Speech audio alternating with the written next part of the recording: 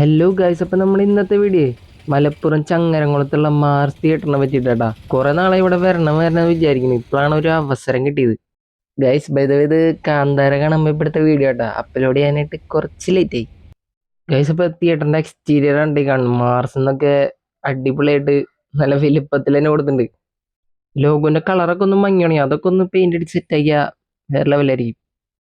Guys, ഇപ്പോൾ ഈ ബിൽഡിങ്ങിൽ അവർ പുതിയതായിട്ട് ഒരു സ്ക്രീനും കൂടെ ഓപ്പൺ ചെയ്തിട്ടുണ്ട് കേട്ടോ. അപ്പോൾ അതിൻ്റെ കാര്യങ്ങൾ നമുക്ക് പറയാം. ടോട്ടൽ ഇപ്പോൾ ഇവിടെ ഉള്ള 4 സ്ക്രീനാണ് കേട്ടോ. അതിൽ ഏറ്റവും വലിയ സ്ക്രീൻ ജുപ്പിറ്ററിലാണ് നമ്മളിന്ന് കയറണത്. തിയേറ്ററിന് അത്ര വിശാലമായ ലോബി ഒന്നുമില്ലെങ്കിൽ അത്യാവശ്യം കുഴപ്പമില്ലാത്തൊരു സ്പേസ് ഉണ്ട്. 3 സ്ക്രീനിലേക്കുള്ള എൻട്രൻസ് തന്നെ സെയിം ലോബി തന്നെയാണ്. അത്ര വലിയ പ്രശ്നമൊന്നുമില്ല. 3 സ്ക്രീനിൽ നല്ല റഷുള്ള പടങ്ങളൊന്നും കുറച്ച് തിരക്കുണ്ടാവുന്നുള്ളൂ. അതായത് നമ്മളിവിടെ എക്സ്പീരിയൻസ് ചെയ്ത് ജുപ്പിറ്റർ സ്ക്രീനിലാണ്. പക്ഷേ ആക്ച്വലി മാർസിലേക്ക് വരുമ്പോൾ പ്ലാൻ ചെയ്ത് പുതിയ ഓപ്പണായ സാറ്റേൺ എന്ന് പറഞ്ഞ സ്ക്രീനിൽ കാണാനായിരുന്നു.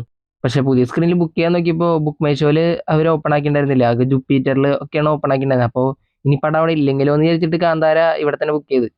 ഗൈസ്, അപ്പോൾ ഇവിടുത്തെ ജുപ്പിറ്റർ സ്ക്രീനിനെ പറ്റി പറയുകയാണെങ്കിൽ അത്യാവശ്യം വലിയ ഹാളാട്ടാ. ഇന്റീരിയർ ഒക്കെ അത്യാവശ്യം കൊള്ള ഒരു ബ്ലൂ കളറിലാണ് ഡിസൈൻ ചെയ്തേക്കണത്. അത്യാവശ്യം വലിയ സ്ക്രീനുമാണ്.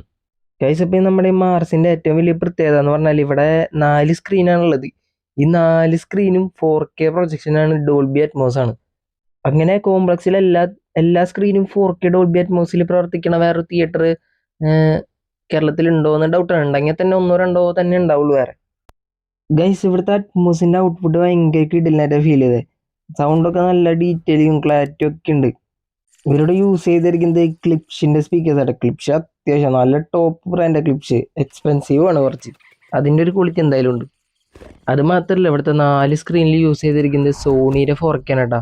പിന്നെ ഗായ്സ്, ഇവിടുത്തെ സീറ്റ് സൗണ്ട് എല്ലാം അടിപൊളിയാണ്. ഇവിടെ ബാക്കിയുള്ള ഫെസിലിറ്റീസ് ഒക്കെ അടിപൊളിയാണ്. ആകെ ഒരു കുഴപ്പം മാത്രമേ എനിക്കിവിടെ ഫീൽ ചെയ്തുള്ളൂ. അത് ഇവിടുത്തെ പ്രൊജക്ഷനാണ്. എല്ലാ സ്ക്രീനിലും യൂസ് ചെയ്തിരിക്കുന്നത് സോണിയുടെ 4K. ആ സോണിയുടെ 4K അതൊരു ഡ്രോബാക്ക് ആയിട്ടാണ് ഞാൻ പറയുള്ളൂ. ഗൈസ്, എൻ്റെ മെയിൻ റീസൺ എന്താ വെച്ചാൽ ഈ സോണിയുടെ പ്രൊജക്ടറിൽ ഒരു ബ്ലൂ ടിൻറ്റ് കയറി വരും.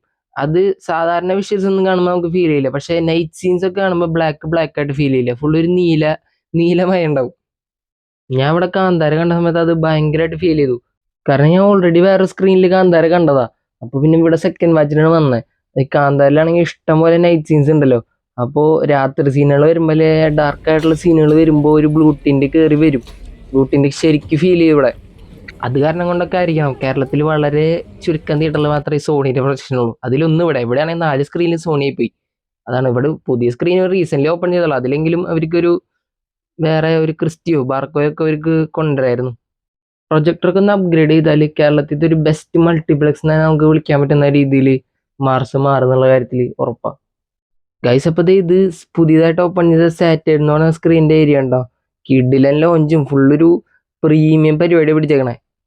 സ്ക്രീനിൻ്റെ ഉള്ളിൽ കയറി ഒന്ന് കാണിച്ചു തരുന്നുണ്ടായിരുന്നു. പക്ഷെ അവിടെ പടം ഓടിക്കൊണ്ടിരിക്കുക.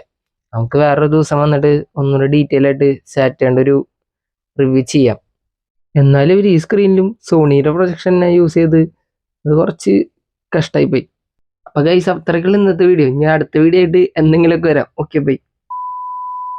നമ്മുടെ മൂവി അപ്ഡേറ്റ്സ് ഇൻസ്റ്റാഗ്രാമിന്റെ ലിങ്ക് ഒക്കെ ഡിസ്ക്രിപ്ഷനിൽ കൊടുക്കാം. അപ്പോൾ ഫോളോ ചെയ്ത് സപ്പോർട്ട് ചെയ്യുക. Okay, by.